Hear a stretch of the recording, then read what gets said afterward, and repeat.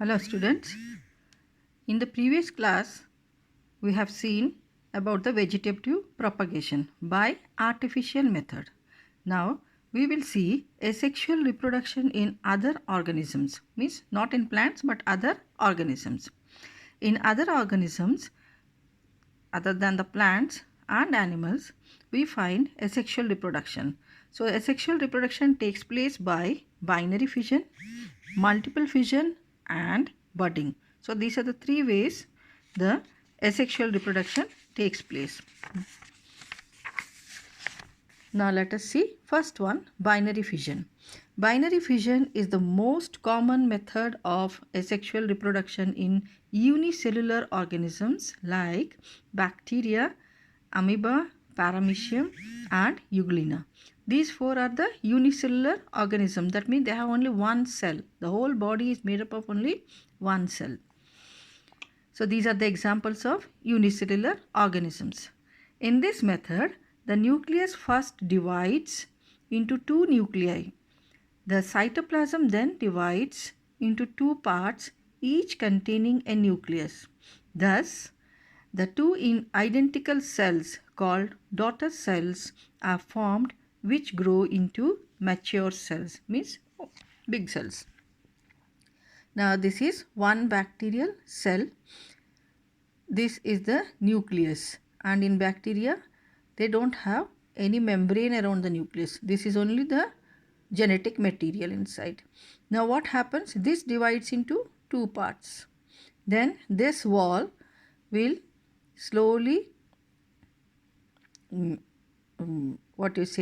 move inside, so that the cytoplasm is divided into two parts. So from this side also this is going in, this side also this is so this is bifurcating, so that two cells are formed from one single cell. Now you see the size of these two cells, they are smaller compared to the original one. So they both are called as daughter cells because they have formed from the original cell, same original cell. So this is the method of binary fission in bacteria. Now you see amoeba. Amoeba is also a unicellular organism, but here they have a proper nucleus. So they have a nuclear membrane, and inside that nucleus you have the genetic material. Now this parent cell again first sees that the nucleus will divide into two daughter nuclei. So now you can see two circles inside. So one nucleus has divided into two daughter nuclei. After that, this you can see the cell membrane, it doesn't have any cell wall. So the cell membrane from here, from the top and the bottom, pinches, means moves inwards, so that they both meet with each other and see that both the nuclei on either side of this cell membrane. So you can see slowly it is, the cell membrane is coming nearer to each other and from both the sides, and the cytoplasm is divided between the two daughter cells, and each daughter cell gets one daughter nucleum. So now when they pinch off, you have two daughter cells of amoeba.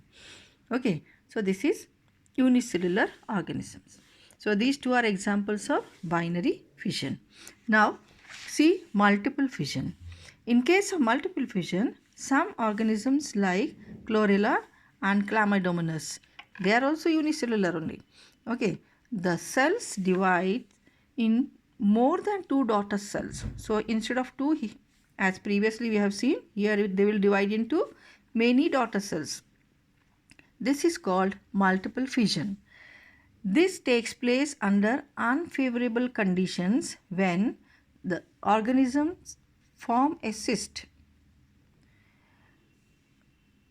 Cyst is a thick covering for protection around it. Okay, so forms a cyst around them. Inside the cyst, the cell divides repeatedly to form daughter cells. When the conditions become favorable, the cyst breaks open and the daughter cells are released into the surroundings. Okay, each daughter cell grows into a new organism. Now see here, this is the multiple fission. Now this is the diagram of a chlamydomonas. Okay, this also has got one nucleus here. So what happens when the conditions are not favorable? What do you mean by conditions not favorable? That means it is not getting enough food or the surroundings are becoming dry. In that case, the organisms cannot survive. You will know all organisms require food and water for their survival. Or when the temperature is also very high, then also they cannot survive. In that case, what they do is they form a cyst around their body. So it is unicellular only. A thick covering is produced by their own body, and that covering will surround it, and it is quite hard, and it does not allow the heat to penetrate inside, or it does not allow it to dry off due to the high temperature. Okay, and it will, like the hibernation takes place, this also will remain in a dormant state, means without any activity. And what happens inside, this cell will divide into many small parts, means first the nucleus divides into many small nuclei, then the cytoplasm will surround that, and each one will develop a membrane around it, and the flagella, these two are the flagella, okay, around it, and it will remain like that till the favorable conditions come. So when the favorable conditions come, that means water is available, food is available, temperature is good enough, in that case what it will do is this cyst will break, and the daughter organisms, here this is the Chlamydomonas, will come out of it, and they will get proper nutrition and water, and they will be able to survive. So from one cell many cells are produced. Okay, so this is called multiple fission.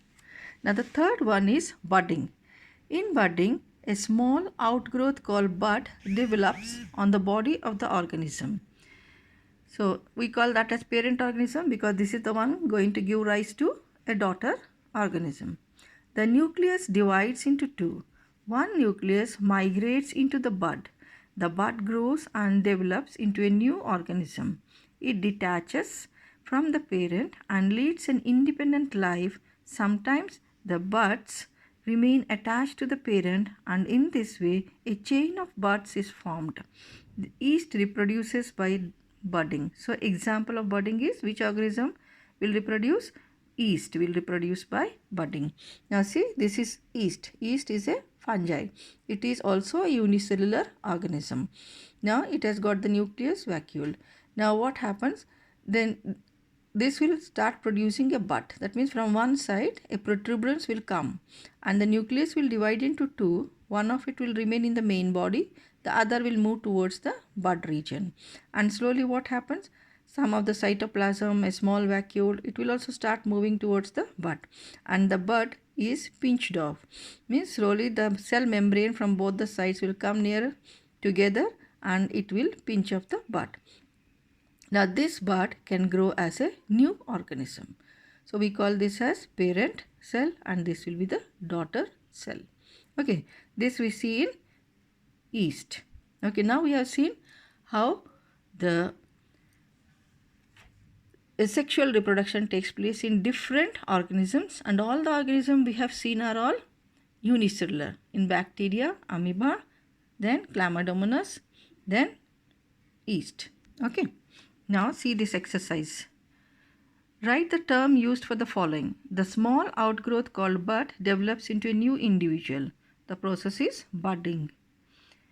An organism breaks into pieces and each piece develops into new individual. The process is fragmentation. New plants develop from vegetative parts of the plant. The process is vegetative propagation.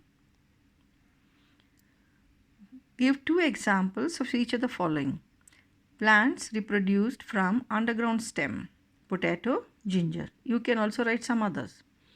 Then second one is plants reproduced from aerial stems, grass and mint.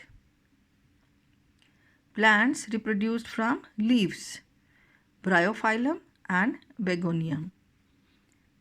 Plants grown from tissue culture, orchids and asparagus. Okay girls.